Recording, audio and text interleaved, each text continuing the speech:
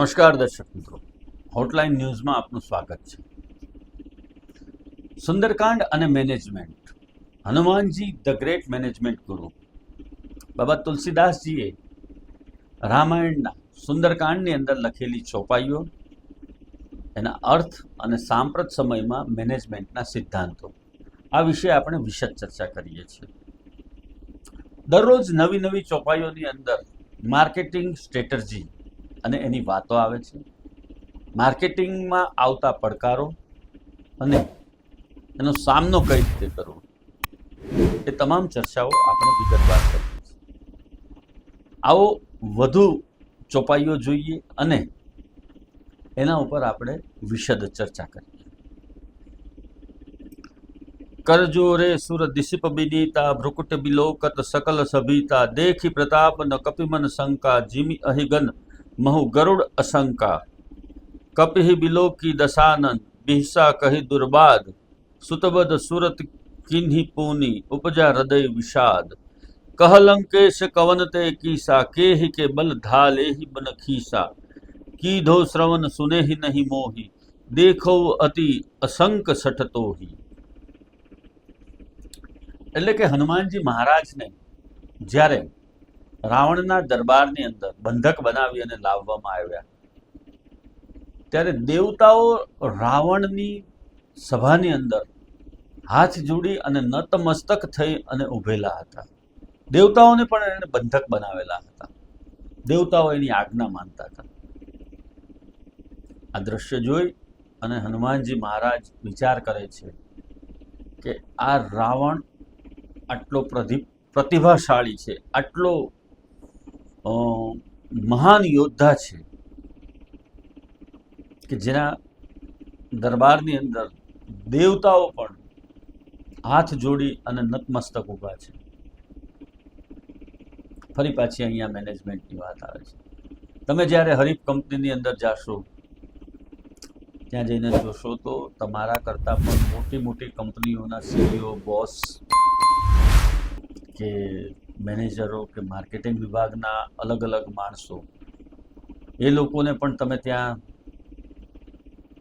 લાઈનમાં બેસેલા જોશો, કેમ કે કંપની ખૂબ વિશાળ છે, જાયન્ટ કોર્પોરેટ છે. જાયન્ટ કોર્પોરેટ હાઉસના અંદર ઘણા બધા લોકો આવતા હોય છે. મોટી મોટી કંપનીઓના લોકો પણ ત્યાં એના બોસ કે સીઈઓને મળવા માટે લાઈનસર ઊભા હોય છે, એની જી હજૂરી કરવા માટે ઊભા હોય છે. આવું જ કંઈક દ્રશ્ય રાવણના દરબારની અંદર પણ જોવા મળે છે. એટલે કે જે કંપની તમારી સર્વિસ કે તમારા ગુડ્સ કે તમારી સેવા એને અટકાવવા માટે, એની સપ્લાય અટકાવવા માટે, તમારી સપ્લાય ચેનને તોડવા માટે જે પ્રયત્ન કરે છે, એ સર્વ રીતે, તમામ રીતે શક્તિશાળી છે, પાવરફુલ છે, માઇન્ડથી પાવરફુલ છે, મેન પાવરમાં આગળ છે, મની પાવરમાં આગળ છે, અને તમારા સિવાય પણ અન્ય જે માર્કેટની અંદર કંપનીઓ કે જે સર્વિસ પ્રોવાઈડરો છે, એ લોકો પણ ત્યાં નતમસ્તક થઈ અને ઉભેલા તમે જુઓ છો. એટલે કે એમઓયુ કરવા માટે, કંપની સાથે ડીલ કરવા માટે, કંપની સાથે કે એના બોસ સાથે, સીઈઓ સાથે વાતચીત કરવા માટે અન્ય તમારી જેવી જ સર્વિસ આપતી કંપનીઓના બોસ કે સીઈઓ પણ ત્યાં ઉભેલા તમે જોઈ શકો છો. એના ઉપરથી ખ્યાલ આવે છે કે તમે તમારું વજૂદ કેટલું ઊભું કર્યું છે. આ જ વસ્તુ મેનેજમેન્ટની અંદર પણ લાગુ પડે છે કે જ્યારે તમે કોઈ મોટી કંપની, કોઈ જાયન્ટ કોર્પોરેટ હાઉસની અંદર જાઓ છો, ત્યારે ત્યાં 50 પ્રકારની કંપનીઓની સેવાઓ એ લોકો લેતા હોય છે. અને એ તમામની અંદર તમે તમારી સ્ટ્રેટર્જીને કારણે તમે પહોંચી શકો છો, તમે તમારી સ્કિલને કારણે તમે પહોંચી શકો છો, તમારી ગુડ સપ્લાય માટેની જે ચેઇન છે એને માટે થઈ અને તમે ત્યાં સુધી પહોંચો છો. ત્યારે તમારે પણ ત્યાં એ જ ઓબ્ઝર્વેશન કરવાનું છે કે સામેની કંપની, જે આટલી વિશાળ કંપની છે, એની અંદર અન્ય કોણ કોણ લોકો પણ હાથ જોડીને લાઇનસર ઊભેલા છે કે ત્યાં કામ માટે કે સર્વિસ માટે આવેલા છે. આ જ વસ્તુને તમારે ઓબ્ઝર્વ કરવાનું છે અને સામેની કંપનીના જે બોસ કે સીઈઓ છે એ લોકોની સ્ટ્રેન્થ શું છે એ પણ તમને અહીંયાથી જ ખ્યાલ આવશે.